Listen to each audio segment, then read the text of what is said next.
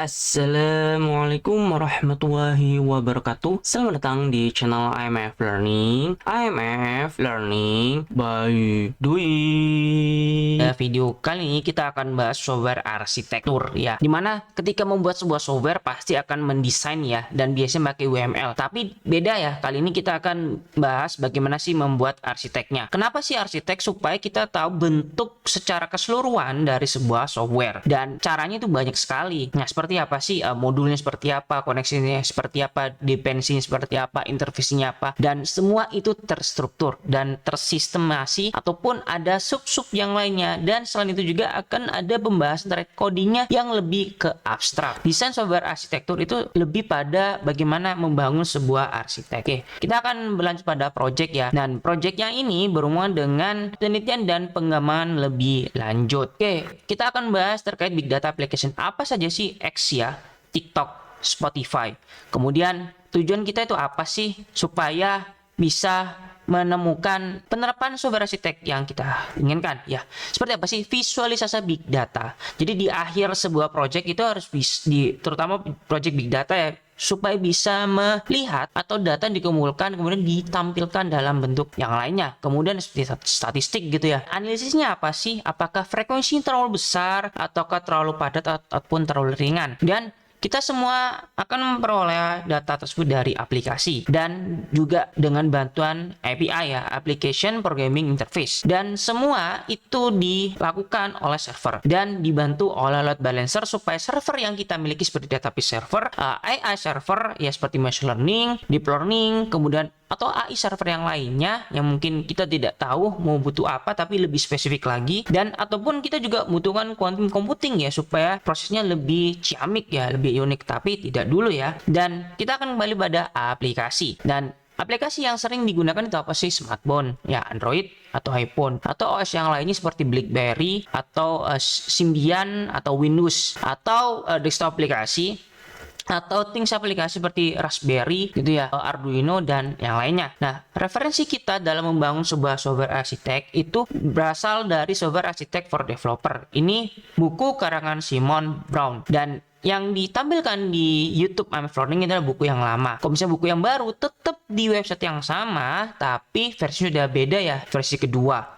Dan catatan yang diberikan Simon terkait bagaimana cara mendesain sebuah software arsiteknya seperti apa ya, ada 5 hal yang harus kita ketahui, yaitu software arsitek itu tidak hanya sebuah desain yang besar, tapi juga harus punya poin-poin penting dalam mengembangkan software secara berkelanjutan. Kemudian tidak hanya itu juga, banyak eksperimen yang akan dilakukan, dan itu tidak hanya sendirian ya, dengan tim yang besar ataupun yang kecil seperti 3 orang atau 5 orang dan seterusnya. Kemudian software arsitek pun digunakan untuk memberikan pembagian tugas yang layak sesuai dengan skill-skill yang dimiliki oleh masing-masing anggota tim, dan tentunya itu harus dibina dengan baik supaya software yang dikembangkan itu bisa berjalan sesuai arsitek dan desain yang dibuat. Dan ternyata dalam mengembangkan sebuah software arsitek masih membutuhkan UML, tapi UML yang digunakan itu terkadang tidak standar dan harus menyesuaikan dengan kebutuhan-kebutuhan yang ada di dalam sebuah tim tersebut. Dan pastinya ketika membangun sebuah software arsitek, yang dibahas tidak hanya modular saja ya, atau monolitik yang berfokus pada scope yang sangat besar, atau microservice, kemudian distribute gitu ya. Jadi server satu dengan yang lain itu saling berbagi data, tidak hanya menerima saja atau hanya mengirim saja, tapi saling berkesinambungan. Dan semua itu dikemas oleh konsep dasar Simon Brown ya, dengan menggunakan konsepsi form model seperti a set of hierarchical abstraction ya, terdiri dari software system, container, komponen, dan code. Cuman pada poin kedua itu lebih pada diagramnya itu dibuat lebih detail ya. Kemudian ketiga itu notation independent ya, tidak menggunakan standar UML yang secara keseluruhan, tapi lebih cenderung standar tersebut digunakan untuk menyetarakan atau nanti bisa dimodifikasi tapi dengan kesepakatan yang bersama. Alat yang digunakan tidak hanya menggunakan produk A saja atau produk B saja atau produk C saja. Jadi bisa kompatibel ya, supaya tujuan-tujuan yang dibuat itu bisa sesuai. Ini direferensi tidak hanya dari bukunya juga, tapi dari channel yang dibahas oleh Simon Brown di YouTube pada link berikut. Software system pun itu layaknya hierarki kontainer ya, komponen dan code. Sistem konteks itu lebih cenderung pada relasi penggunaan dengan sistemnya, seperti penggunanya, aktornya, dan sistemnya. Kemudian kontainer itu teknologi apa yang bisa digunakan kemudian dikemas dalam arsitek terus menjadi sebuah sistem yang besar. Kemudian di bawahnya kontainer itu akan ada komponen yang akan berperan penting dalam seperti modul, package atau library, sehingga bisa membuat sebuah kontainer yang ciamik gitu ya, yang keren, yang besar, kemudian bisa membangun sebuah sistem. Dan itu semua akan berfokus pada code. Kalau misalnya code-nya itu tidak relevan, maka desainnya pun bisa tidak sesuai. Dan kalau misalnya menggunakan konsepnya Simon Brown, itu seperti melihat peta ya. Itu bisa kita membesarkan peta di sebuah negara, akan fokus pada ibu kota. Setelah ibu kota dibesarkan, bisa fokus pada kota, desa, jalan-jalan atau rumah-rumah tertentu. Dan di sini ada contoh konteks diagram, yaitu personal banking customer, internet banking sistemnya, kemudian mainframe banking sistemnya itu sistem yang di luar sistem internet banking ya, atau email sistemnya pun juga di luar. Dan kemudian lebih fokus lagi pada container diagram level 2-nya. Jadi dalam internet banking sistemnya ada single page application, itu versi web aplikasinya. Kemudian mobile aplikasi akan terhubung dengan API, dan API akan berhubung dengan database. Email sistemnya atau mainframe banking sistemnya itu berada di luar dan terdiri dari koneksi berbeda protokolnya, bisa JSON, HTTPS, XML, ataupun kalau misalnya di dalam ya SQL sama TCP ya, dan lain-lain. Ketika membahas komponen diagram, berarti fokus pada modul-modul yang sudah dikembangkan seperti sign-in controller, reset password controller, email komponen, security komponen, account summary control, dan lain-lain. Dan rata-rata di dalam format C4 model itu menggunakan referensi MVC ya, model view controller. Dan teman-teman juga bisa menggunakan model yang lainnya atau pattern yang lain seperti MVP model view presenter, ataupun MVVM ya, model view model, ataupun model yang lainnya seperti clean code gitu ya, juga bisa diterapkan di dalam C4 model. Kemudian di code diagramnya berfokus pada abstrak dan class dan interface. Jadi tidak fokus pada variabel atau fungsi-fungsi khusus, jadi lebih fokus pada kelas-kelas abstrak gitu, sehingga nanti bisa dikembangkan lagi di coding. Jadi ketika coding itu tidak mengawang-awang ya, sudah ada alur-alur atau desain secara menyeluruh dan lumayan detail terkait arsiteknya seperti apa, desainnya, yaitu softwarenya. Dan C4 mode dan UML seperti apa sih? Tidak jauh berbeda ternyata. Konteks diagram seperti ini dan UML seperti apa? Ya seperti ini. Yang menggunakan atribut modul ya. Jadi modul di sini itu sebagai atribut atau simbol yang digunakan dalam menggambar sebuah C4 model. Dan counter diagramnya pun juga sama, ada web aplikasi dan database, dan ini menggunakan package diagram seperti ini ya. Kemudian kita lanjut pada komponen diagram dan menggunakan modul dan package. Di dalam package nanti ada beberapa modul, dan di luar akan ada JDBC gitu ya untuk koneksi dengan database-nya. Oke, kita kembali ke studi kasusnya. Ya, C4 model ini akan menerapkan monitoring leak waste detection. Jadi kasus ini akan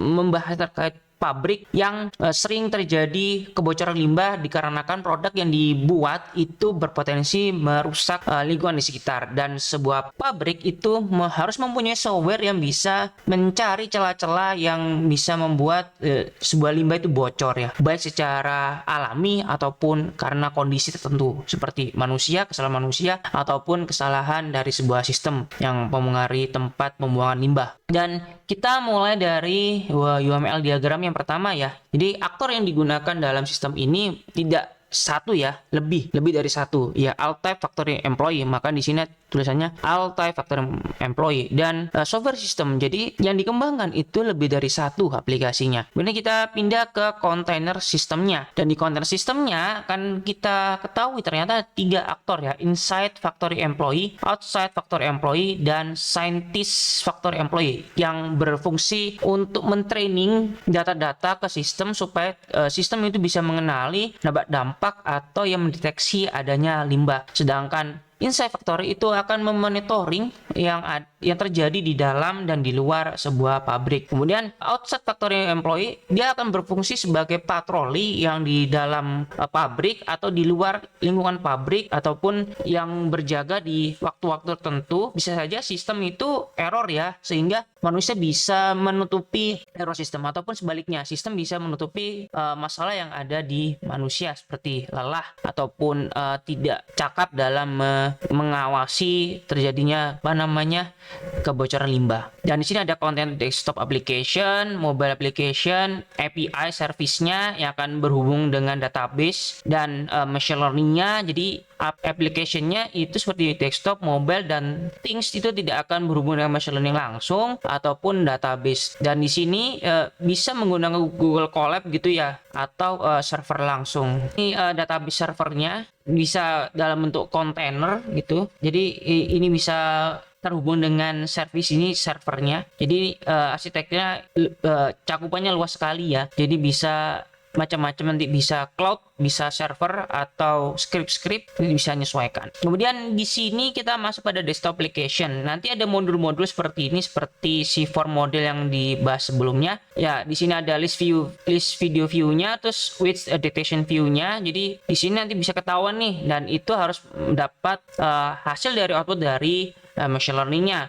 Kemudian nanti semua ada repository, dan ini konsepnya campur ya, menerapkan separuh clean code dan model view controller. Jadi teman-teman bisa menerapkan pattern-pattern yang menyesuaikan kebutuhan atau menyesuaikan anggota kelompok masing-masing, dan gunakan aksesnya yaitu adalah HTTPS. Kemudian dan setiap yang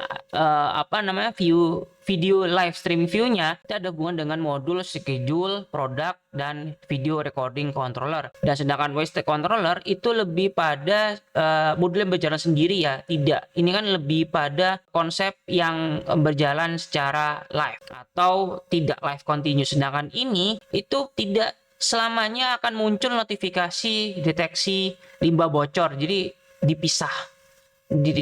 Jadi dia hanya terhubung dengan service. Jadi hasil dari penandaan ini akan masuk ke service, masuk ke machine learning, kemudian masuk ke database. Nanti di sini tinggal get hasil perhitungan yang ada di desktop, di mobile, atau di machine learning. Jadi terpisah.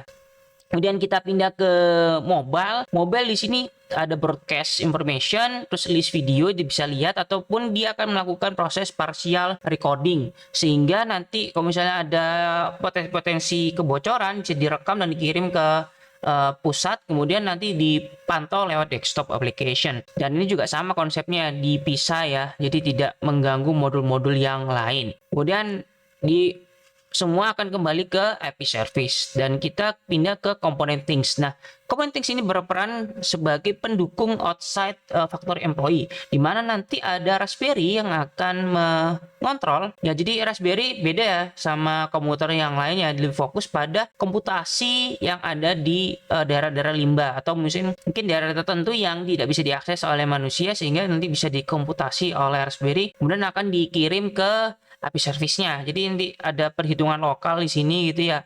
Kemudian nanti ada deteksi kasar gitu, nanti juga tetap mengirimkan data aslinya supaya nanti bisa dibandingkan dengan machine learning yang ada di server utama. Kemudian nanti di machine learning-nya itu ada scientific factor employee. Jadi nanti ada pelabelan seperti ini, terus kemudian nanti ada pemilihan model yang sesuai. Sedangkan feature engineering dan gathering dataset itu akan menyesuaikan dengan sistem bawaan. Jadi sehingga scientific factory-nya paling hanya sebagai untuk melabelkan saja atau melabelkan kembali apabila labelnya tidak sesuai. Kemudian model yang sudah dibuat pada minggu yang lalu atau sebulan yang lalu bisa dirubah lagi atau digantikan dengan model yang baru. Jadi nanti ada dua aksi ya, atau dua fitur yang sering digunakan oleh scientific factory employee. Kemudian akan kembali ke API service dan database. Di komponen terakhir, jadi sini kita tidak bahas code-nya ya. Mungkin di code-nya bisa sangat banyak sekali dibahas. Mungkin ini hanya sebagai contoh atau referensi untuk lebih dalam lagi dalam membuat sebuah arsitek dan desainnya seperti apa untuk software dengan kasus yang berbeda atau kasus terusan yang ada di sini di video ini ya. Dan di sini akan ada komponen diambil berdasarkan komponen yang sering digunakan di dalam sebuah software. Ya, komponen mobile aplikasi itu message broadcast repository, kemudian text application itu kamera repository, dan video recording repository. Dan ini video recordingnya itu maksudnya adalah hasil rekaman ya, atau yang diberikan oleh Things aplikasi atau mobile aplikasi. Sedangkan di desktop itu sebetulnya tidak bisa melakukan rekaman. Jadi lebih meroleh akses dari Things aplikasi dan mobile aplikasi. Jadi servisnya itu akan mengontrol beberapa data yang masuk dan keluar supaya bisa diteruskan pada desktop application, Things application, dan mobile application. Dan semua akan dilewati dengan repository, dan konsepnya hampir sama seperti komponen-komponen yang lainnya menggunakan repository. Fungsinya itu apa sih? Di situ akan ada data, ada query, ada pengecekan data dan query yang sesuai dengan kebutuhan. Dan ini kalau misalnya menggunakan raw query mungkin bisa menghabiskan compute dan perlu melakukan optimasi supaya result yang digunakan itu tidak terlalu besar. Oke, kembali ke machine learning gitu ya. Nanti selesai masuk service machine learningnya, ataupun nanti pindah ke sini lagi gitu ya, dan masuk lagi database-nya. Oke, seperti itu. Nantikan video kami yang lain lagi terkait software arsitek atau software pattern ataupun coding-coding yang berbahasa Python dan hubungannya yang lainnya lagi. Terima kasih. Nantikan video kami yang lain lagi terkait aplikasi komputer dan perkembangannya. Sampai ketemu lagi. Kami akhiri. Wassalamualaikum warahmatullahi wabarakatuh.